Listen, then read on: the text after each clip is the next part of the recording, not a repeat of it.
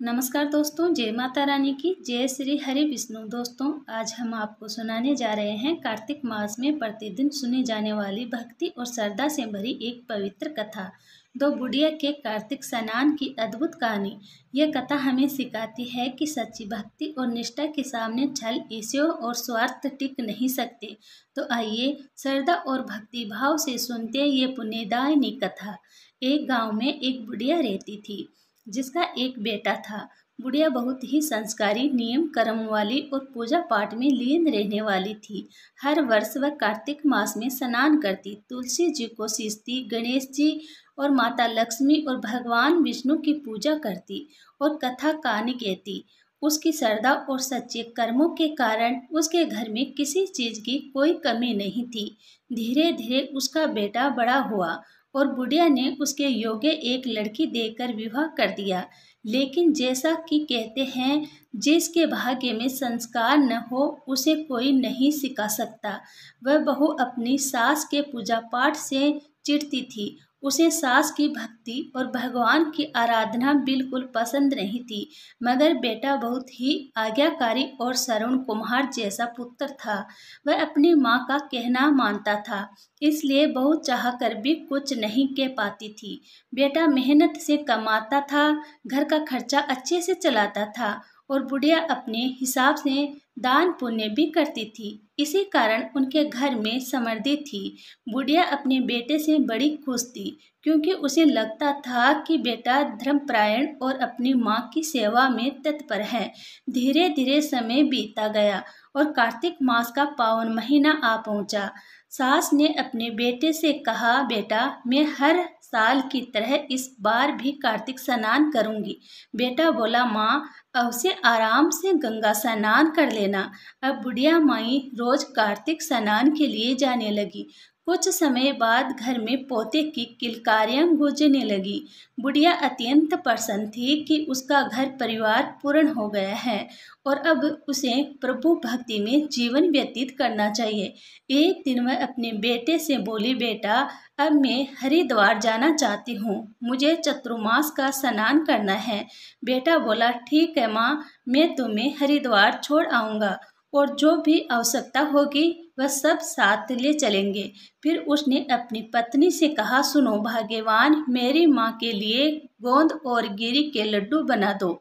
अच्छा सा घी डालना, माँ 1 महीने के लिए जा रही है। ये सुनते ही बहू के मन में ईर्ष्या और कुटिलता जाग उठी। वह सोचने लगी, मैं अपनी सास के लिए इतने अच्छे लड्डू क्यों बनाऊं, क्यों न अपनी माँ के लिए ही बना दूं। उसने अपनी माँ के लिए अच्छे गोंदगिरी के लड्डू बना दिए और सास के लिए आटा भूनकर उसमें नमक और थोड़ी मिट्टी मिला दी, ताकि बुढ़िया उन्हें खा ही ना सके। वे लड्डू उसने एक डिब्बे में भरकर अपनी सास को दे दिया। अगले दिन बेटा बोला, चलो माँ, मैं तुम्हें हरिद्वार छोड़ आता हूँ।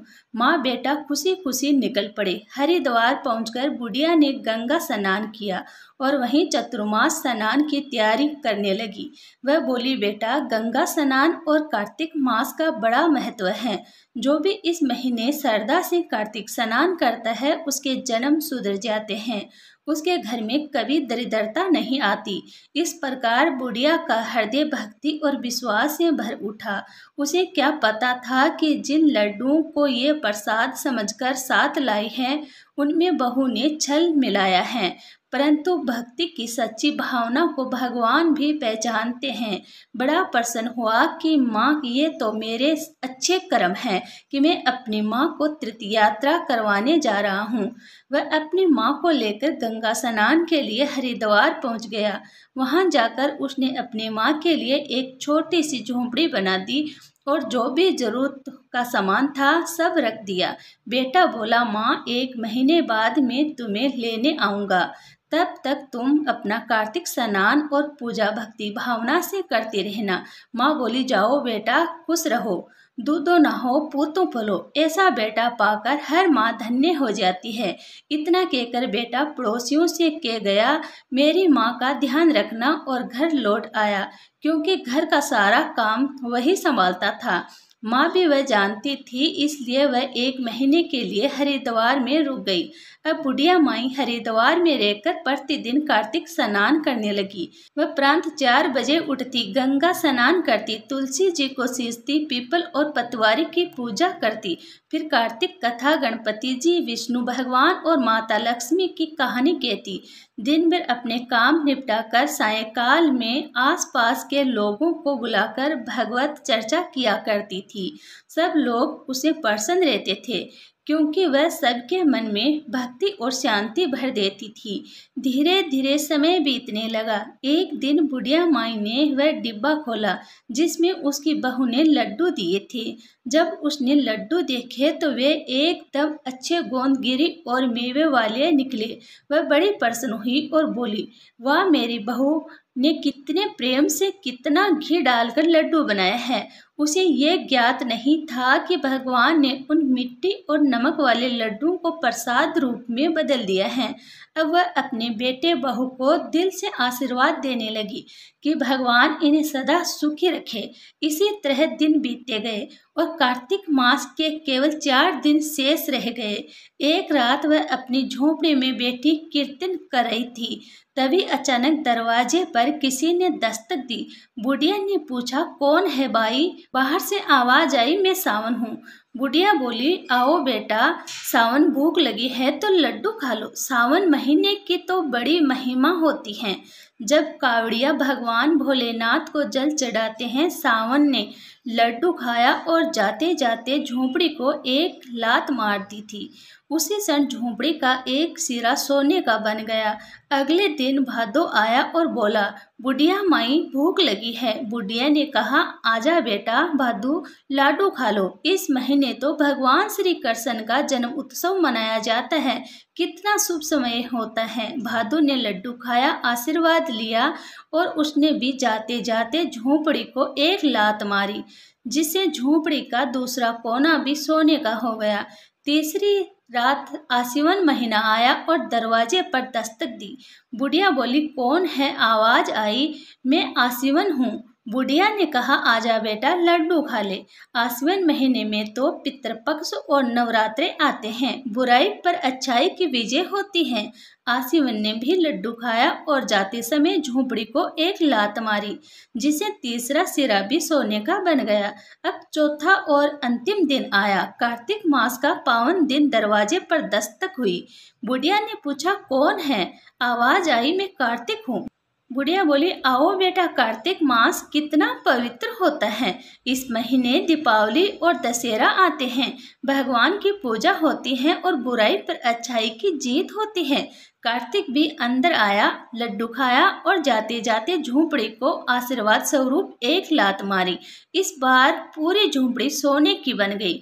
भगवान की कृपा से वह बुढ़िया माई धन्य हो गई, क्योंकि उसके सच्चे मन, श्रद्धा और भक्ति ने सब असंभव को संभव कर दिया था। लोगों का यह जन्म तो सुधर ही जाता है, परंतु जो व्यक्ति कार्तिक स्नान करता है उसका परलोक भी सुधर जाता है। कार्तिक मास में गंगा स्नान करने से जीवन में धन, सुख और सौभाग्य का आगमन होता है। घरों में अन्न धन के भंडार भर जाते हैं। हर ओर समृद्धि आती है। धनतेरस, गोवर्धन और दीपावली जैसे पावन तिथियां खुशियां लेकर आती हैं। अब जब कार्तिक भगवान स्वयं बुढ़िया माई के द्वार आए तो उसने उन्हें प्रेम पूर्वक एक लड्डू दिया। कार्तिक भगवान ने लड्डू खाया और प्रसन्न होकर बुढ़िया की झोपड़ी को आशीर्वाद स्वरूप एक लात मारी, जिसे पूरी झोपड़ी सोने की बन गई। ये देखकर बुढ़िया माई का हृदय कृतज्ञता से भर गया। कार्तिक स्नान का महीना पूरा होने पर उसने ब्राह्मणों को स्नेहपूर्वक भोजन कराया, खूब दान पुण्य किया, क्योंकि अब उसकी झोपड़ी सोने की हो गई थी और अन्न धन का ढेर लग गया था। उसी समय उसका बेटा भी सोचने लगा कि अब 1 महीना बीत गया है, माँ को लेने चलना चाहिए। वह पालकी सजाकर हरिद्वार पहुंचा, पर जब उसने वहां देखा तो जहां उसने माँ के लिए घास फूस की झोपड़ी बनाई थी, वहां अब एक सोने का महल खड़ा था। आश्चर्यचकित होकर उसने पड़ोसियों से पूछा, यहाँ तो मैंने अपनी माँ को छोड़ा था, वह कहाँ गई? तब पड़ोसी बोले, अरे ये तो तेरी माँ की झोंपड़ी है। तेरी माँ इतनी धार्मिक और पुण्य आत्मा है कि भगवान की कृपा से उसकी झोंपड़ी सोने की बन गई। यह सुनकर बेटे की खुशी का कोई ठिकाना नहीं रहा। वह दौड़कर अंदर गया, माँ के चरणों में गिर पड़ा, गले लगाकर आशीर्वादों की झड़ी लगा दी। सदा सुखी रहो बेटा, दूधो नहाओ पूतों पलो। बेटा बोला, माँ अब कार्तिक स्नान पूरा हो गया, घर चलो। माँ ने कहा, ठीक है बेटा। उसने जितना सोना चांदी भरा जा सकता था और गाड़ियों में लाद लिया और शेष सब हरिद्वार के लोगों को दान कर दिया। कहते हैं जितना दान करो उतना ही भंडार बढ़ता है। यही हुआ उस पुण्य आत्मा बुढ़िया के साथ। अब बेटा बड़े गाजे बाजे और श्रद्धा के साथ अपनी माँ को घर लेकर लौटा। जब गांव पहुंचा तो बैंड बाजे की आवाज सुनते ही बहुत चौंक गई। उसने मन में सोचा, अरे ये कैसी बुढ़िया आ रही हैं जिसके स्वागत में कितना धूमधाम हो रहा है। लोगों में चर्चा होने लगी, अरे बुढ़िया बड़ी शक्तिशील है, कार्तिक भगवान ने उस पर अपार कृपा की है। हे राधे दामोदर, जैसी कृपा बुढ़िया पर की वैसी ही सब पर करना। सब लोग बुढ़िया के गुणगान करने लगे। जब ये बातें बहू के कानों में पहुंची तो वह भीतर ही भीतर जलने लगी। आखिर सास ने ऐसा क्या कर दिया कि सब उसकी तारीफ कर रहे हैं। तभी पड़ोसन आकर बोली, अरे बहू तेरी सास आ रही है, जल्दी आरती का थाल सजा ले। बहू ने ताने भरे स्वर में कहा, अरे सास आ रही है तो कौन सा तीर मारकर आ रही है जो आरती उतारूं? पड़ोसन बोली, अरे तेरी सास सोना चांदी भरकर ला रही है। यह सुनते ही बहू का चेहरा उतर गया, पर ऊपर से उसने जैसे तैसे आरती का थाल सजाया। जब पति ने पालकी द्वार पर रोकी तो बहू भीतर से गुस्से से भरी थी, फिर भी आरती उतारी। बुढ़िया ने प्रेम पूर्वक आशीर्वाद दिया, सदा सुखी रहो बेटी, दूधो नहाओ पूतो फलो। अब बहू के मन में ईर्ष्या और भी बढ़ गया। वह सोचने लगी, आखिर इस बुढ़िया ने ऐसा क्या किया कि इतना सोना चांदी ले आई? बुढ़िया ने सादगी से कहा, बेटी मैं तो केवल कार्तिक स्नान करने गई थी और ये सब कार्तिक भगवान की कृपा है। बहू सुनती रही, पर उसके मन में एक नई योजना पनपने लगी। उसका मायका गरीब था और वह सोचने लगी, अगर मेरी सास इतनी संपत्ति लाकर लौटी है तो अगली बार मैं अपनी माँ को हरिद्वार भेजूंगी। वह भी कार्तिक स्नान करेगी और ढेर सारा सोना चांदी लाएगी, फिर मेरा मायका भी अमीर हो जाएगा। उसने अपनी माँ को सारी बातें बताई। धीरे धीरे अगला वर्ष आया और फिर से कार्तिक महीना प्रारंभ हुआ। अब बहू ने अपनी माँ के लिए बड़े प्यार से लड्डू बनाए। घी गोंद और मेवे से भरपूर तर घी में तले हुए लड्डू एक डिब्बे में भरकर पति से बोली, जाओ मेरी माँ को गंगा स्नान के लिए हरिद्वार छोड़ाओ। पति बोला, ठीक है, सास भी माँ के समान होती हैं, यह धर्म का काम है, तीर्थ कराना पुण्य का कार्य है। वह अपनी सास को हरिद्वार छोड़ाया। झोंपड़ी बनाकर बोला, माताजी 1 महीने बाद लेने आऊँगा, तब तक गंगा स्नान करिए। कार्तिक का महीना है, गुणगान करिए और भक्ति में मन लगाए। इतना कहकर वह लौट आया, पर बहू की माँ जो लालच में आई थी उसे भक्ति या स्नान में कोई रुचि नहीं थी। वह दिन चढ़े तक सोती, जब मन होता नहाती, बेटी के दिए लड्डू खाकर मजे से रहती। पूजा पाठ से कोई लेना देना नहीं था। पड़ोसी सोचने लगे, पहले वाली बुढ़िया तो कितनी धार्मिक थी, 4 बजे उठकर स्नान करती थी, कथा कहती थी, और अब ये आए हैं तो दिन चढ़े तक सोती रहती हैं। धीरे धीरे महीने के 4 दिन शेष रहे। तभी सावन आया और दरवाजे पर दस्तक दी। बुढ़िया बोली, कौन है? आवाज आई, मैं सावन हूँ, भूख लगी है, एक लड्डू दे दो। बुढ़िया झल्ला कर बोली, मेरे पास कुछ नहीं है, जा यहाँ से। सावन को भगा दिया। उसने झोंपड़ी को लात मारी, एक सिरा गिर गया। अगली रात भादु आया, बोला, माँ मैं भादु हूँ, भूख लगी है। वह गुस्से से बोली, सोने भी नहीं देते, निकल जा यहाँ से। भादु ने भी एक लात मारी, दूसरा सिरा भी गिर गया। तीसरी रात आसिवन आया, दरवाजा खटखटाया। बुढ़िया बोली, अब कौन आया मुसीबत लेकर? भूख लगी है तो क्या मैं तेरे लिए भोग बनाऊंगी, जा भाग यहाँ से। आशीवन ने भी झोंपड़ी को लात मारी, तीसरा सिरा गिर गया। चौथी रात कार्तिक स्वयं आया, प्रेम से दरवाजा खटखटाया। बुढ़िया कंबल ओढ़े डंडा लेकर बैठी थी, बोली भाग जा यहाँ से, नहीं तो मार डालूंगी। 3 पहले आए मेरी झोंपड़ी तोड़ गए, अब तुम भी आ गया। यह सुनकर कार्तिक दुखी हो गया। बुढ़िया ने डंडा उठाया, कार्तिक के पीछे दौड़ी। तभी कार्तिक बोले, दुष्ट, तूने न भक्ति की, न पूजा की, न सम्मान किया, इसलिए तू गधी बनेगी। इतना कहते ही वह बुढ़िया गधी बन गई। सुबह जब लोगों ने देखा तो झोंपड़ी टूटी पड़ी थी और अंदर एक गधी बैठी थी। कार्तिक मास समाप्त हो गया और जब बेटा अपनी सास को लेने हरिद्वार पहुंचा तो पड़ोसी बोले, अरे ये रही तेरी सास। वह बोला, क्या मजाक कर रहे हो, ये तो गधी है। तब उन्होंने कहा, हाँ यह तेरी सास है, जिसने पूजा पाठ नहीं किया वही इस रूप में बन गई हैं। इस प्रकार कार्तिक मास की सच्ची महिमा ये सिखाती है कि केवल नाम मात्र का व्रत नहीं, बल्कि श्रद्धा, भक्ति और सच्चे मन से किया गया कर्म ही मनुष्य को स्वर्ण समान बनाता है। तुम्हारी माँ तो हम लोगों को भी जगह दिया करती थी, सबको कथा कहानी सुनाया करती, पूजा पाठ के नियम समझाया करती और कितना अच्छा ज्ञान हमें देती थी। लेकिन अब की बार जो ये बुढ़िया आई है उसे तो पूछो ही मत। पता नहीं 12-1 बजे तक सोती, दोपहर में स्नान करती, मन में आया तो कर लिया, नहीं आया तो कोई बात ही नहीं, झोंपड़ी में पड़ी पड़ी सोती रहती, ना कोई साफ सफाई ना कुछ, कितनी मलिन अवस्था के साथ रहती थी। अब जो बेचारा दामाद था, बुढ़िया का क्या करता। उसने उस गधी के गले में एक रस्सा डाला और उसे लेकर चल दिए। घर पर तो जो बहू थी वह बड़ी खुश हो रही थी, आज तो मेरी माँ आएगी, मेरी माँ धन के बोरे भर भर कर लाएगी। सुबह से ही उसने 56 प्रकार के भोग बना डाले थे। सोचा अपनी माँ को ये खिलाऊंगी, आरती का थाल सजा लिया, लेकिन सोचने लगी अब तक बैंड बाजे की आवाज नहीं आ रही है, अपने पति को बताऊंगी। मन में सोचने लगी, अपनी माँ को तो बैंड बाजे से लाया था, लेकिन ये तो मेरी माँ है ना, ला रहा होगा। चुपचाप बुढ़िया का बेटा घर पर आया, तरह तरह की बातें सोचने लगी। जब बेटा घर पहुंचा और दरवाजा खटखटाया, बहू समझ गई मेरी माँ आई है। आरती का थाल लेकर दौड़ी, दरवाजा खोला, देखा उसका पति एक गधी को लेकर खड़ा है।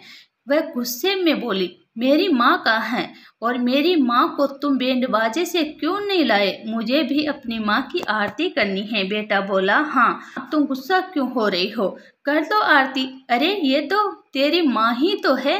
बहू बोली, मजाक मत करो, तुम मेरी माँ के साथ ऐसे कैसा बोल सकते हो, मेरी माँ कोई गधी है, गधी को मेरी माँ बना रहे हो। बेटा बोला, मैं तो कुछ नहीं कह रहा, जैसा कर्म वैसा फल आता है, ये तुम्हारी माँ है, कोई और नहीं। अब गधी भी अपनी भाषा में बताने लगी, मैं ही तेरी माँ हूँ। बेटी ने गर्दन हिला हिला कर गधी से कहा, परे हटे, कैसी गधी लेकर आए हो, मेरे पीछे पड़ रही है। गधी बोली, गधी नहीं, ये तेरी माँ है। अब बहू को मानना पड़ा कि ये उसकी माँ है। वह बड़ी जोर से रोने लगी, मेरी माँ गधी कैसे बन गई। अब बहू, बेटा और बुढ़िया ने निर्णय लिया कि किसी जानकार विद्वान को बुलाए और पूछे कि ये गधी कैसे बन गई।